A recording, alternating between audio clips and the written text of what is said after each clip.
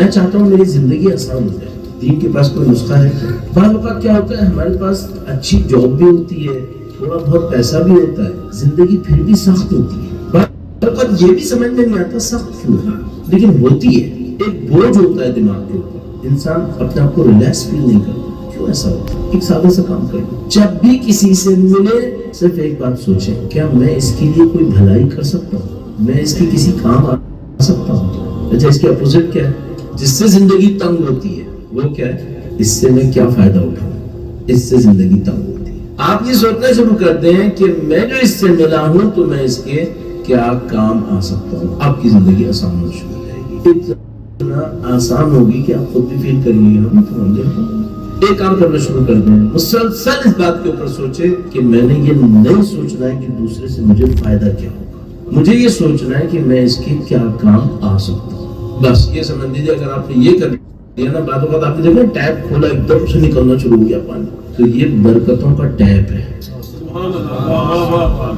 کیا چیز برکتوں کا ٹیپ ہے؟ یہ سوچنا کہ میں دوسرے کو کیا دے سکتا ہوں, اور برکتوں کا ریورس ٹیپ چلتا ہے. بند ہو جاتا ہے جب میں سوچتا ہوں کہ میں اس سے کیا فائدہ اٹھاؤں, بس پھر اٹھاؤں. جب بھی کسی سے ملو, کوئی بھی انسان مسلمان شیعہ کچھ نہیں, انسان, کبھی بھی کسی انسان سے ملو صرف یہ سوچو میں اس کے کیا کام آ سکتا ہوں, میں اسے کیا دے سکتا ہوں. برکتیں شروع ہو گئی, زندگی آسان. اچھا کچھ نہیں کر سکے تو کیا کر سکتے ہو, دعا دے دیا کرو. کچھ نہیں کر سکتے نا, دعا دے دیا. اتنا خوبصورت دین ہے, اتنا خوبصورت دین ہے. ابھی ہم لوگ کہیں آ رہے تھے جا رہے تھے, مجھے یاد بھی نہیں آ رہا ابھی, تو ہم لوگ کہیں گاڑی میں بیٹھے ہوئے تھے, ہم میرے خیال میں لندن میں کہیں موو کر رہے تھے, تو ہم پیٹرول پمپ پہ تھے, گاڑی میں بیٹھے ہوئے تھے, برابر والی گاڑی میں 2-3 بچیاں بیٹھی ہوئی تھیں. تو میں نے ایسے ہی اس کو ہاتھ ہلایا, اپنے سب کانٹیننٹ کا ہی کوئی اوریجن کی, اس کو میں نے ہاتھ ہلایا تو بچی بہت خوش ہوئی. تو آگے اس کی بہن بیٹھی ہوئی تھی, اس کو بھی ہلا کے کہا کہ دیکھو یہ ہاتھ ہلا رہا, بہت خوش ہوئی. تو میرے ساتھ جو بیٹھے تھے انہوں نے بھی اس کو ہنس کے دیکھا.